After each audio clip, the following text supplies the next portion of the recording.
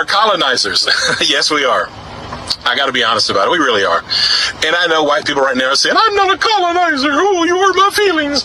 Well, you are. And probably in your mindset, in your ideology, you probably do have the mentality of a colonizer, because most white people do. And I'll tell you why. 500 years ago, our colonizing culture, white European culture, was born. And we set out to steal things, resources, and that were not ours. We colonized, we enslaved all over the world. We enslaved Africans. We tried to dehumanize them and tell them, manipulate them, and gaslight them by telling them that they are not equal to us, that they are as an animal, and that the only real human are white people. Oh, I don't see color. Oh, it's a black man's fault that he's in the position. Well, what about black on black crime? I mean, it goes on and on and on. You know, I mean, I could sit here all day and give you examples. All lives matter. I mean, it just goes on all day. Black people ask for justice. White people find a way to try to obscure it, to try to take away from it, to try to demean it. We are colonizers. And I say that based on our behavior, collectively as white people. And until we stop being gaslighters and colonizers, white people are on a path of self-destruction. White supremacy, the lies of white supremacy, the colonizing mentality has never brought the white man happiness, and it never will. It's toxic, dysfunctional, and self-defeating. And it's not helping us. And now there's all this white rage, because when the abuser loses control, he gets angry. And then Trump was born because we had a black president. And he was perfect because he was racist. And that's what white America wanted, because they're angry, because they felt like they were losing control. Because colonizers have to have control. And we had a black president. And everybody just shit all over themselves. White people just freak the fuck out. Oh my God, we're losing control. We have a black president. He's going to oppress us and enslave us. God knows we're going to be whipped and lynched. This is literally, I think, some of the thoughts, the subconscious. I'm exaggerating, but in a way it's true.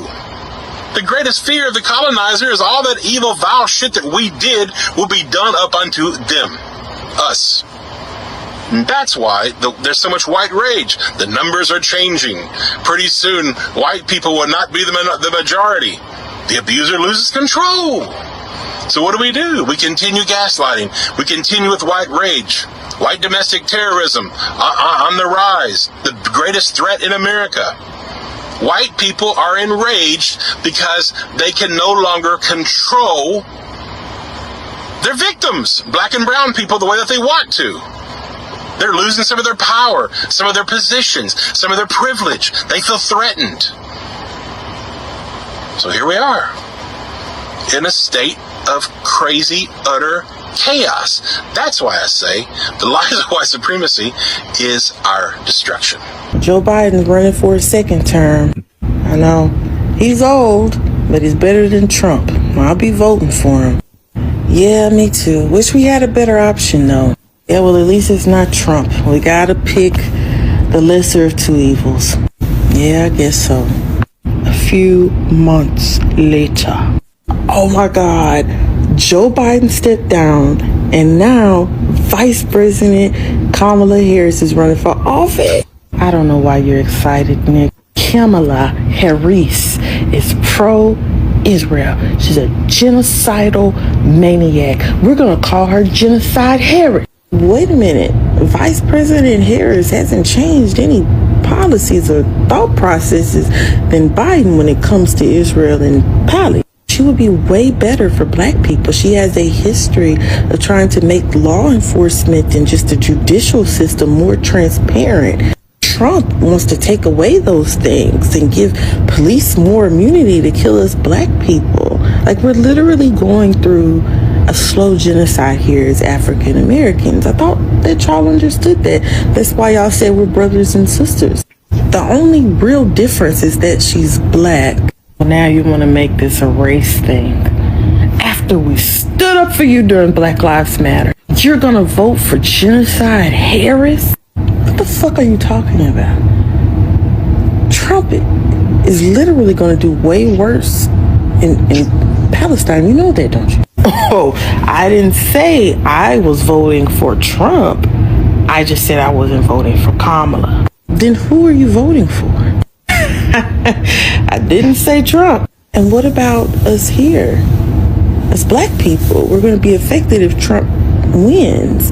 Y'all will be affected too, but like we're going through our own genocide. Don't you care? Like we even promoted your movement during our movement, which was overshadowed by your movement and everybody else's. Let me just be honest. I'm not voting for it. Y'all are so blinded by hate. Let me tell you how racism is going to keep the middle class stuck. America has a long, ugly history of people hating black and brown folks so much so that they're willing to vote against their own survival just to keep their own racist ideologies alive. Time and time again, working class white Americans have been tricked into supporting policies that make them poorer, sicker, and more desperate, all because those in power tell them that they're going to punish black people and immigrants and other marginalized groups. Donald Trump's tax plan is the latest proof of this self-destructive cycle. His policies will hurt 95% of Americans, especially working class white Americans who make up a large percentage of his base, but yet they will still support him. Why? Because his campaign fuels their hate, distracting them from the fact that they too are being robbed. They are so determined to see black people struggle, so obsessed with upholding white supremacy that they will literally vote to make themselves poor if it means keeping the lie alive. Meanwhile, the ultra rich, who don't care about race at all, just about staying rich and in power, laugh as they continue to collect wealth off the backs of struggling Americans. Trump's tax plan is not just about economics. It's a weapon of mass distraction, designed to use racism as a smokescreen while the rich steal from the poor. This isn't anything new. It's the same trick used throughout history. From the days of slavery, when rich plantation owners convinced poor whites to fight for a system that oppressed them too, to Jim Crow laws, to today's voter suppression and economic exploitation. The question I have is, when will people wake up? How much suffering will it take for them to see that the real enemy isn't black and brown people? It's the billionaires and the politicians robbing them blind while feeding them lies. This is the truth that racists don't want to admit. The very policies they think will hurt black and brown folks will hurt them first. And when they find out that they've been used as pawns in a game that's designed to keep them struggling, it may be too late. I'm going to step on a bunch of people's feet when I say this. You are not being discriminated against just because you are not centered in the story. I need people to marinate in that, sit with that. You are not being oppressed by other people talking about various histories or focusing on various literature. None of those things are directly harmful to you. The way some folks will literally try to spin it as if talking about, let's take an example, if talking about black history is harmful to them somehow. They never prove it. They never have any tangible examples of the actual harm of discussing black history. It's all based upon people's feelings, which if we're basing things upon people's feelings, there's a whole group of black people who would love to talk about our feelings about things. Our feelings are never considered in these conversations, but the idea that it is oppressive to certain groups of folks to learn black history is wild. That is somehow harmful and detrimental to these folks to learn actual history, things that have actually happened, as opposed to those things that actually happened, is wild. It shows me that y'all have never truly been oppressed because of your color of your skin.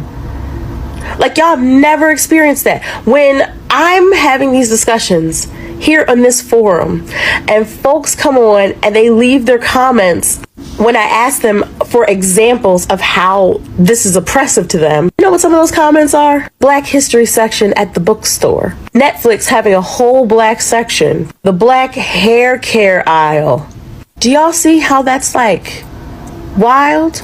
That other people simply existing, simply talking about existing, or in the case of the hair care aisle, simply caring for our bodies is somehow oppressive to folks who are so used to being centered that they lose their marbles when they hear or learn or are confronted with the idea that other people exist in this world and may want a little scalp moisturizer, or may want to read a book that talks about our experiences, or may want to watch a love story that features Black love. That's the worst you gotta deal with? The idea that other people simply exist? That's the worst you have to deal with? Also, let me say this, because y'all think that everything Black people do is cool without giving Black people credit for it. Oppression is not fun. Being oppressed is not cute. Being harmed in so many different ways just because of the people that you come from is literally not fun. And I don't know why so many people want to be oppressed. I mean, outside of the fact that y'all think that everything Black people do is cool. I mean, a bunch of y'all walk around with do-rags right now trying to get waves, and I'm like, baby, you enjoy those cornfield looking locks. Like, that's fine. Baby, y'all don't even know what this stuff is for. A bunch of y'all were throwing oil in your hair, and like y'all didn't know what that stuff was for. Like, it's weird, it's strange, it's odd, it's getting strange. It's okay if you're not centered in the story. It's okay. Other people exist. Other people can tell their perspectives. Other people matter too. Like, wasn't that y'all big thing that all lives matter? Isn't this a prime example of that? Breathe. It's okay. Other people exist. You'll be fine. You'll survive. I still, for the life of me, will never ever understand how anyone believed that Donald Trump winning would be a better option or a better choice than Kamala Harris winning, or that Kamala Harris and Donald Trump would be exactly the same. Now, I'm one of those that understand, as a Democratic voter, how weak the messaging apparatus truly is. They're not the most clear on how they're different from Republicans on a multitude of different issues, Palestine being one. Now, with Kamala Harris, she was crystal clear on how she differed from Donald Trump on a lot of different issues, to include Palestine. But I think the Democratic Party as a whole did a lot of damage to Kamala and her chances in 2024 because they weren't clear. And I know for a lot of people in the Democratic Party, we give a lot of people the benefit of the doubt and believe that because these are adults, that they can find information on their own. I don't personally believe that. I have always believed that the overwhelming majority of voters in this country are illiterate when it comes to politics. So they're not going to know where to look, what to look for. And if they do start looking, they might start looking for confirmation bias of things that they already believe. So if they believe that there's no difference between the Democrats and the Republicans, the confirmation bias that they're going to look for is how the Democrats and the Republicans are similar on these issues. So it is incumbent upon the Democratic Party establishment to work on their messaging apparatus. Even if the Democratic voters are basically saying that they're not going to participate in protests, you won't be seeing them at these town halls, that they're going to be sitting out for the next 4 years, specifically the 92%. The politicians still have work to do. They still have to show that they are willing to fight. And for a lot of these Democratic politicians, they are not trying to meet the moment. They're not trying to meet the moment. A lot of these older Democrats are not trying to give up power to the younger generation. There's absolutely no reason why AOC and Jasmine Crockett shouldn't be front and center in the Democratic Party, because they are doing a lot of the heavy lifting. And a lot of these older Democrats are trying to engage in respectability politics with a party, a large portion of the country that doesn't give a fuck about respect. Even the current sitting president of the United States that is literally trying to undermine the Constitution. We are so beyond respectability politics. In the next couple of years, the Democrats have to work on their messaging apparatus. They have to break it down, Barney style, in a way that the dumbest voter in this country can understand. And I'm going to stress, the dumbest voters in this country can understand. I know that the Democrats are still trying to hold on to this PC messaging, but at this current juncture, we have to be comfortable calling people exactly what they are. Because if you fell for a Trump scam again, you are dumb. A lot of these Trump voters are losing their jobs, losing their benefits, Their families are being deported. They are literally watching their families being genocided because this man basically says he wants to turn Gaza into a resort town. So they need to understand just how dumb it was to vote for this man. You're not smart voting for a man that's literally telling you that he's going to harm you. You are dumb. And that's what the Democratic Party has to start with. That we have a bunch of dumb voters in this country. And when you start at that honest point, then you can actually start doing your messaging that becomes more effective, and you can sell the populist platform that benefits a lot of these voters, even the dumb ones. You know, Republican voters love to say, Donald Trump is your president. Why can't you accept it? Donald Trump is your president. You need to get over it. But I hope you guys know, for most of us, we have accepted it. We understand he is the president. Some of us think the way he became president is a little shaky. Probably needs to have some extra eyes look into that. But at the end of the day, we know he's in the Oval Office. The problem is, it does not stop there, okay? It's never supposed to stop there. See, when you guys vote, and your leadership understands this, your representatives understand this, when you guys vote, you think voting that person in means you send them to Washington, and then they wave a magic wand, and they fix all of your problems. You think, I voted for Donald Trump, he won. Now, just by him being there, everything that I was concerned with before he became president is going to change. What do I have to follow up with him about? He's there, he's gonna do it. But ladies and gentlemen, this is not Hogwarts, okay? This is not the Ministry of Magic. He's not showing up there and saying a spell or two, and you have lower grocery prices. You have more affordable health care. You have all the things that are currently making your life more difficult fixed. No, those changes take actual work, okay? They take negotiation. They take litigation. They take all of the pressure that comes from the people in order for our congressmen, our senators, and the president himself to act in our best interests, not in their own. It's funny you guys say you don't like socialism, but you seem to love the idea of the government taking care of all your problems once you get the people in there that you like. I'm very sorry, ladies and gentlemen, that is not our reality, okay? We absolutely need to keep questioning what these people do every single day. The pressure people have been putting on these senators, the pressure people have been putting on this congressman is why they are telling the muskrat that he can no longer act with unilateral power. I bet you if we weren't constantly asking, what does he do? Why is he doing it? How does he have the power to do it? Isn't this constitutional or unconstitutional? I bet you if those lawsuits weren't getting filed and those judges weren't looking into these cases because of the people constantly asking questions, we would not have seen any change on that matter. This is why the American people cannot just accept that he's president, go home and not ask questions. That's how we got here to begin with. So instead of focusing on all of us complaining, I'm telling you right now, you guys need to be complaining a lot more. It's obvious that many of you do not understand what restorative justice is. Restorative justice is compassion. Restorative justice is compassion for the victim first, for community, and it is also compassion for the offender. Restorative justice gives the victims an opportunity to be heard by community, by the offender. It gives victims the opportunity to say, this is what happened to me, this is what you did to me, and this is how it affected my life. Restorative justice gives victims a feeling of safety amongst the masses. It lets them know they are not alone.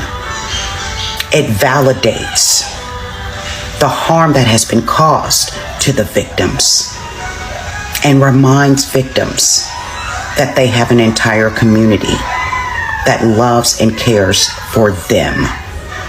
Restorative justice is compassion for community because it brings community in to be witnesses, not mediators, but witnesses to a process in which our community restores order and brings the fold back together.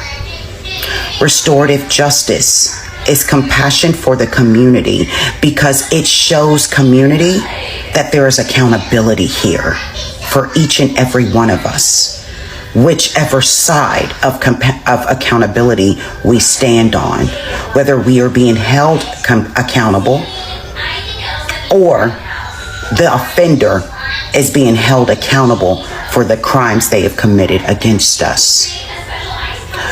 Restorative justice is compassion for the offender because what is the alternative? Lock them up and throw away the fucking key? Just discard them like they're trash? No. Restorative justice gives Shaheem the opportunity to hear what they've done wrong and come up with a plan with community to not reoffend anyone in community. Restorative justice gives Shaheem the opportunity to right their wrongs and come back home, to not be ostracized, to not be left without a people. And unfortunately, we don't practice restorative justice in our community. We fall back on the white man's idea of justice for Black lives, and that is just fucking punitive. In order for restorative justice to happen, Shaheem has got to be willing to come to the table. And these victims of Shaheem's have tried many times to communicate with Shaheem, but Shaheem does not value the lives of their victims. What Shaheem does is offends and then blocks, like the victims never even existed and certainly do not matter. And after Shaheem blocks their victims, then his flying fucking monkeys swarm their victims and makes the situation that much worse. Our community deserves better than that. And none of us are above accountability. I'm not trying to throw Shaheem away, but Shaheem has resisted the call-in one after another, and this has gotten bigger and bigger because the body count of victims continues to grow. And this community has to put a stop to it because Shaheem has a type, and I happen to be Shaheem's type of victim. And if I don't stop it from happening to someone else, I could be next. You could be next. And that fear right there is what destabilizes and disconnects our community. Restorative justice is in order so we can protect, care for, and clean our own communities without outside interference. And if you have a problem with people being doxxed, so do I. That's one of the things that we need to be talking to Shaheem about. If you have a problem with people calling Shaheem's job, Shaheem is a fucking therapist. And there is a level of accountability in that profession to do no harm. And you should also consider if Shaheem had respected their victims enough to actually sit down at the table and discuss the harm that they have caused in community, those victims would not now be seeking other alternatives for justice. Restorative justice is in order, and you've not seen it practiced very often, but that doesn't mean that this isn't it. That doesn't mean that this isn't it. You just don't like it because Shaheem is your problematic fucking fave.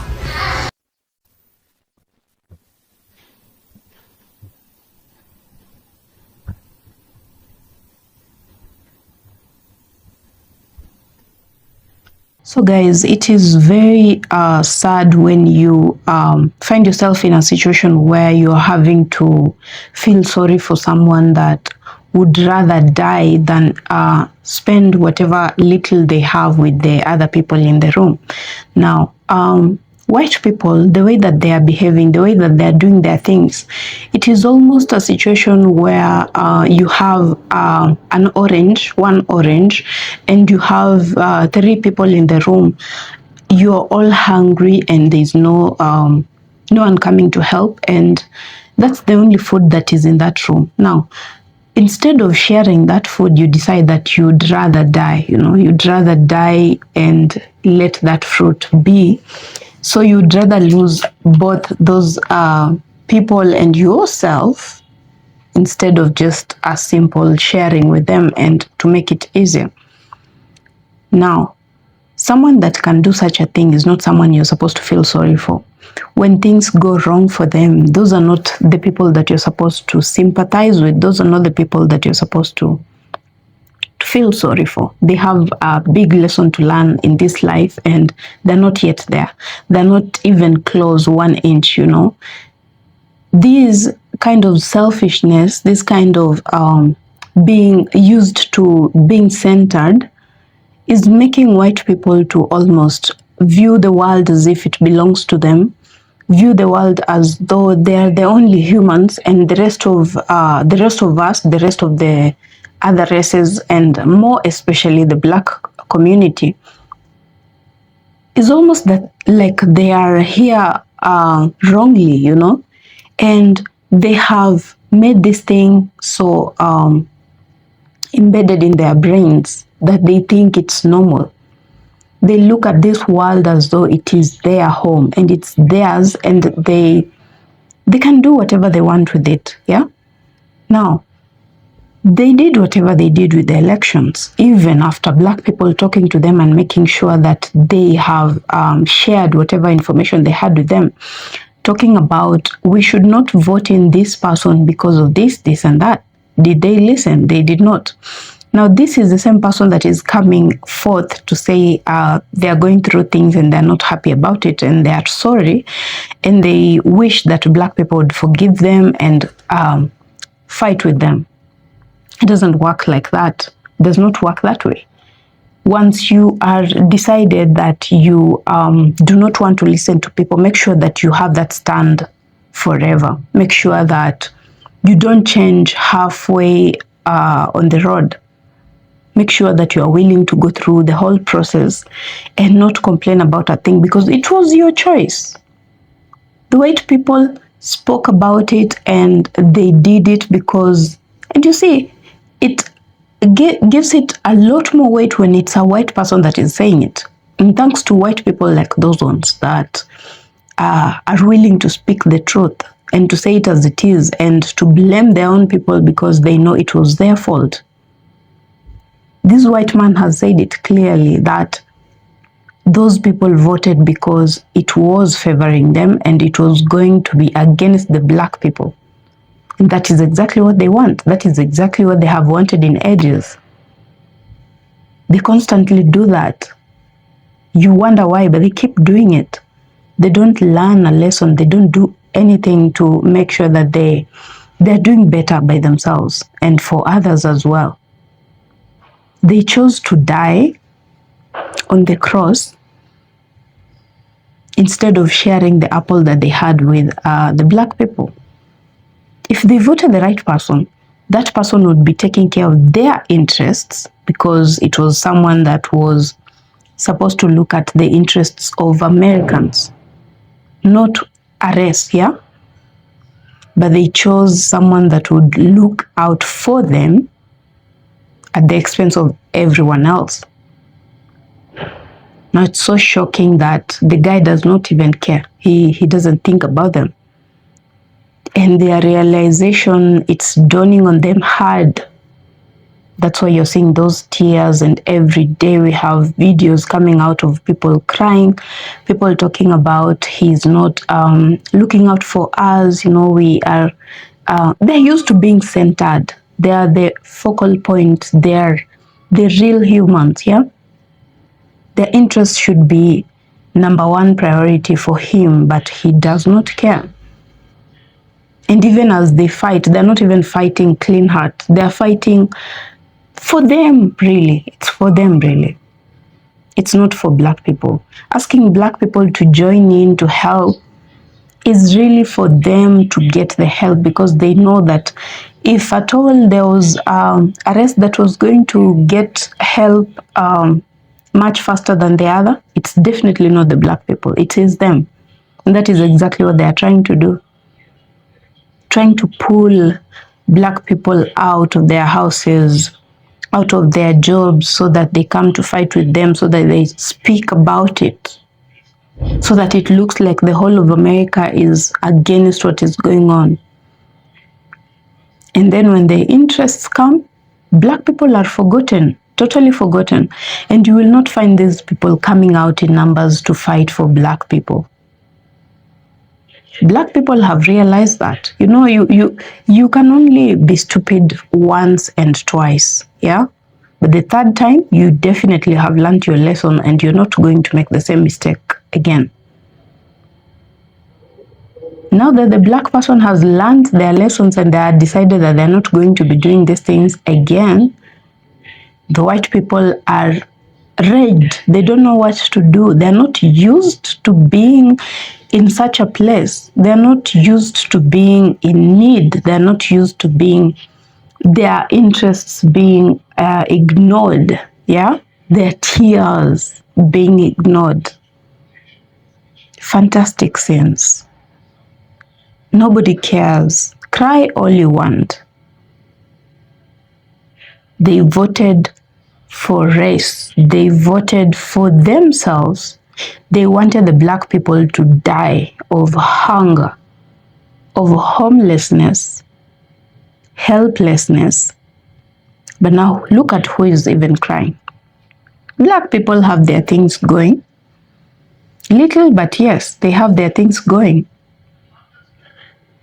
Now they're asking, why aren't Black people speaking up? Why aren't they going hungry? Why aren't they sleeping outside? They have been going through that for ages, and they planned their things around. Even when they were begging you to vote for the right person, they knew that you definitely, most definitely would betray them. Such a person is the kind of person that prepares before doom comes. And that's why you're not seeing them on the streets. You're not seeing them crying all over social media and saying anything. They are okay where they are, eating the little that they have, surviving on whatever little that they have had and saved over the years, because they have been having the same struggle over and over again. And when they talked about it, you did not listen. You did not care. And now that it's affecting you directly is when you want to be heard. You did not listen to them when they needed you to listen to them. But now you want them to free their time to come watch your videos and to feel as if they understand your situation and come out in large numbers to fight because it's white tears. Do not ignore white tears. You are just used to privilege so much that you do not understand what the real life out here is. You do not understand what hunger is. You hear about hunger and you think it's a thing for Black people. Some of them have confessed, by the way, that they thought poverty is for Black people. As long as your skin tone is Black, then you're more prone to being poor. Which is true because they have made the system work in such a way that that is the truth. But does not mean that black people are incapable of making money. Does not mean that black people are incapable of performing. It just means that whatever life they are living, whatever they try to do, they are limited. In one way or another, they are limited, and that makes sure that they never fully come out with all their potential. And then what do the white people say? Black people are lazy. They do not like to work hard. We do not want to employ them because they do not bring value to our workplaces. Meanwhile, they expect these people to be the ones that support their businesses by buying there and doing all manner of things. Meanwhile, they are the same businesses that look down on black people. How many times have we seen videos being done of white people at Nike discriminating on black people? You go to the shop and they're following you around. White people following you around as though you are a thief, because that is the notion that they have of black people. They know that black people do not have money, cannot make money, are incapable of having money, that they cannot afford a Nike. Yeah? So if they are in the shop, then definitely they are about to steal. So they keep following people around and making scenes.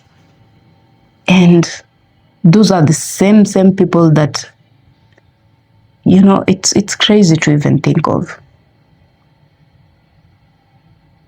Now they are reaping what they sowed. And I hope they are enjoying it. Should be delicious, should be very, very nice. Enjoyable, cool. So guys, if you're watching this video for the first time, kindly consider subscribing to my channel. Returning subscribers, I always appreciate you for being here. And if you like the video, give it a thumbs up. If you like it a bit too much, give it a super thanks. And if you want this kind of content and you want to be in my members list, please, you can consider joining that as well. So I hope that you also keep safe, and we'll see you on my next video. So bye for now.